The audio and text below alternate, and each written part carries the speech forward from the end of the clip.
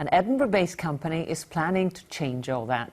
Mara Seaweed is already exporting Scottish seaweed to Europe and Asia. At home, they are encouraging us all to use the plant as a seasoning in cooking. Lisa Summers has been finding out some more. They describe it as a marine allotment. Dozens of varieties of seaweed clinging onto the rocks of the foreshore. Boil it up in milk and make a beautiful panna cotta. In Ely, chief seaweed harvester Rory McPhee is foraging with the chef at the Michelin star #1 restaurant at the Balmoral Hotel. We use a dried kombu and a butter that is then used to cook fish in. We also make a foam from the liquid that comes from the seaweed, and then we garnish plates with crispy seaweed. Producers say the combination of cold water and light makes Scottish seaweed some of the best in the world. It is the most highly mineralised plant on the planet. So a simple leaf will actually carry 30% of that will be protein. 30%, there'll be 2 or 3% of potassium salt in there. Enough iodine in a spoonful to keep you going for a day. It looks just like a mass of green and brown sludge, but if you know what you're looking for in this natural garden, there's an abundance of varieties of seaweed that can be eaten in so many different ways. It's not just seaweed, it's a bit like saying that a vegetable's a vegetable. There's all sorts of different varieties. You've got dulse, which is a lovely red one that's a smoky flavour, and you've got sea lettuce, which is a bit saltier, and then you've got the smooth taste of the kelps. And that rich potential is now being boxed up and exported around the world by the company. In their Edinburgh lab, dried seaweed is sent to Europe and Asia. Mara has just secured a deal to supply Marks and Spencer's. We're just giving the rock a haircut, really. And after a morning foraging on the beach, the reward is a barbecue. Lunch all seasoned with seaweed, the perfect way to rediscover this underwater larder. Lisa Summers, reporting Scotland, Ely on the East Neuk. Time for sport now. Rona? Thank you very much, Jackie. Good evening. The Celtic goalkeeper Craig Gordon says there will be no excuses should the side fail to progress to the Champions League playoffs. This despite concerns about extreme heat and a poor pitch for tomorrow's match in Azerbaijan against Karabakh. Celtic, of course, hoping to protect a 1-0 first leg advantage. Our senior football reporter Chris McLaughlin is there. On the banks of the Caspian Sea, the baking hot city of Baku is a place where old meets new. And for the city's latest visitors who were on hand today to give away tops to displaced children, they too face an age-old problem of trying to qualify for the Champions League. It's a big game, it's a difficult game against a good team, so you know you're going to have to come up against this type of opposition and these type of conditions. So that's what we have to come through if we want to get to the Champions League, and yeah, we're looking forward to it. This is the stadium and the pitch that's been grabbing the headlines. Scorched by the sun, but past playable by UEFA. It's not a perfect pitch, of course, but it is a pitch, and we are used to playing on those pitches in Scotland in the winter. So we have to do the best out of the situation and play after the conditions.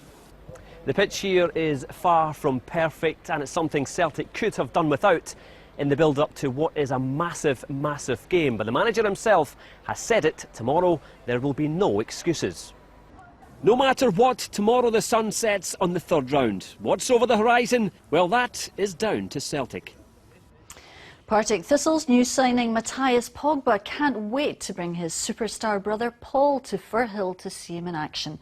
The lesser known of the Pogba brothers has signed a 1-year deal with Thistle. Mathias will wear the famous red and yellow stripes of the Jags rather than the black and white of Juventus, where Paul plays his football. But the elder Pogba is keen to make his own name in the game. Definitely, as a footballer, you will like to be known as you, not as brother of Paul or brother of Florentin. But to be honest with you, I've been every day people are talking about my brothers, but now I will put my name so they can say, okay, Mathias Pogba is here now. Now, Boxing Scotland say they'll have at least one female boxer at the next Commonwealth Games, despite previous claims of discrimination within the sport. Last year we revealed complaints were made against the sport's governing body over a lack of opportunities for women and girls. But as Jane Lewis reports, a year on, things appear to be changing. Not so long ago, female boxers in Scotland felt they were fighting a losing battle. Amid accusations of discrimination against female fighters, complaints arrived here, at the offices of the Equality and Human Rights Commission. Boxing Scotland agreed that there was probably more that they could be doing for women boxers. We entered into a number of discussions with them and agreed some initiatives which would then, which we agreed would lead to greater access and opportunities for Scottish women who wanted to box. A year on and things have changed. That's good. Lock the front hand out. Lock the front hand out. As well as training sessions like this one, there's been a training camp abroad and females have been sent to competitions. We're working really hard to give them opportunities to go to other tournaments and spar and train with other nations. Some of them, they've been boxing at the same clubs for years and they've had maybe 4 or 5 bouts. And all that is already bearing fruit. Meet the first Scottish female to win a British boxing title. The programme in itself makes you feel like you can accomplish what you want to go for. Nicola Adams. Female boxing made its debut in Glasgow 2014. There were no Scots competing, but that won't be the case for the Games in 3 years. At the time they weren't prepared as well as they should have been because there wasn't a development programme in place. So now they're in this fantastic world-class facility, they're getting the best training, the best preparation. We'll have boxers that are certainly there or thereabouts for medals in the Gold Coast. So high hopes for these boxers, and they could be realised with Boxing Scotland now fighting their corner. News just coming in. It looks like the Davis Cup is coming back to Scotland, with confirmation expected by the middle of next week at the latest. There could be scenes like this once again at Glasgow's Emirates Arena, which BBC Scotland understands has beaten off competition from Manchester to host September's semi-final against Australia. Andy Murray and Team GB beat the USA here in March to make it to the last 8. That would be good, wouldn't it? Get it back again. Rona, thank you very much. Now, in sport, and in life, I suppose, the word inspirational is often overused, but not in the case of David Smith. The athlete from Aviemore was born with a disability, but went on to win a gold medal in the Paralympics in 2012, despite being diagnosed with cancer just 9 months before the event. Well, during preparation for next year's Olympic Games, he found the cancer had returned. So he set himself the task of one of the world's toughest bike rides. Suzanne Allen can tell us more.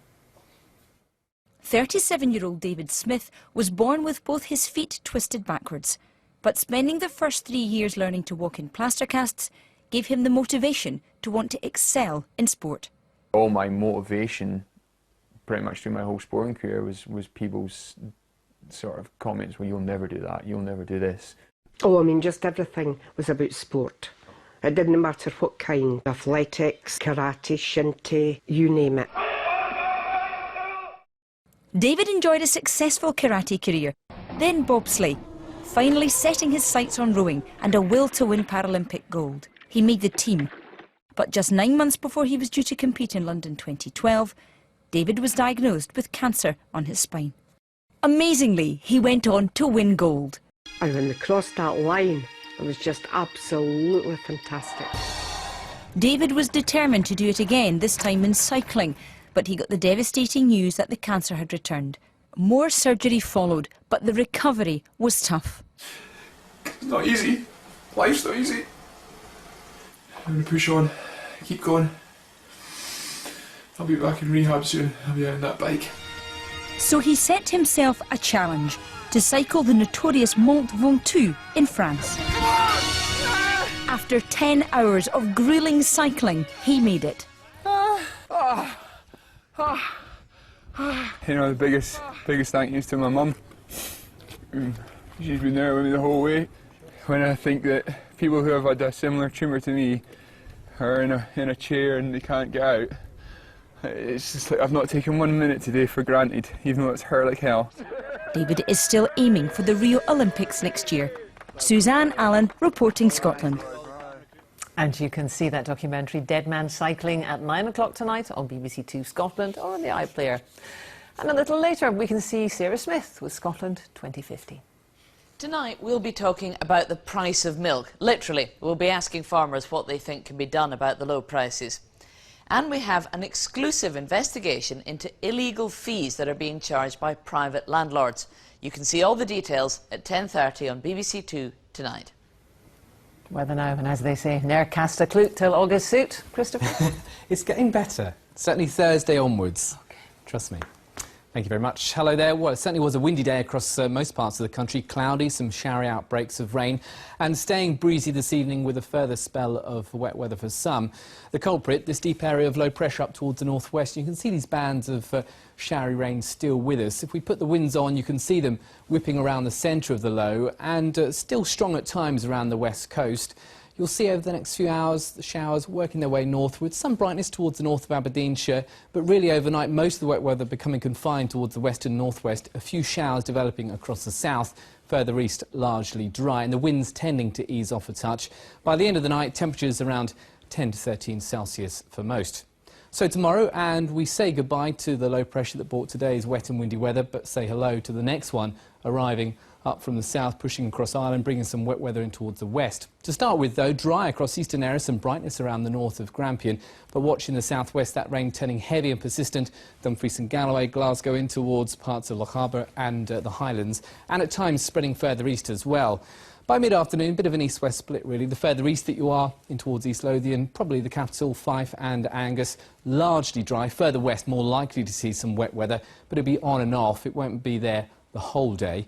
Temperatures around the mid to high teens, winds lighter than today. The warmest part of the country around the Moray Firth, 19 or 20 degrees here. Some brightness for the Western Isles and the Northern Isles, but also a few showers. And as we head towards the rest of the afternoon into the evening, strong winds around the North Channel and the wet weather fairly extensive. But Thursday, it's gone. Some sunshine. The wet weather still with us for a time across the Northern Isles, but for most of us, a much better day in prospect. Largely dry, some sunshine, lighter winds and highs around the high teens. And as we head towards Friday and Saturday, this area of high pressure trying to nudge its way in, keeping these two lows at bay. So largely dry and settled, one or two light showers at times, but much better than today. Jackie. The director says only one scarf, and she's quite right. Thank you very much, Christopher. Now a reminder of tonight's main news. It's emerged that the new higher maths exam was so difficult the pass mark was lowered to 34%. That compares to 45% last year. And 4 police forces are now examining allegations of child sex abuse involving the former Prime Minister, Sir Edward Heath.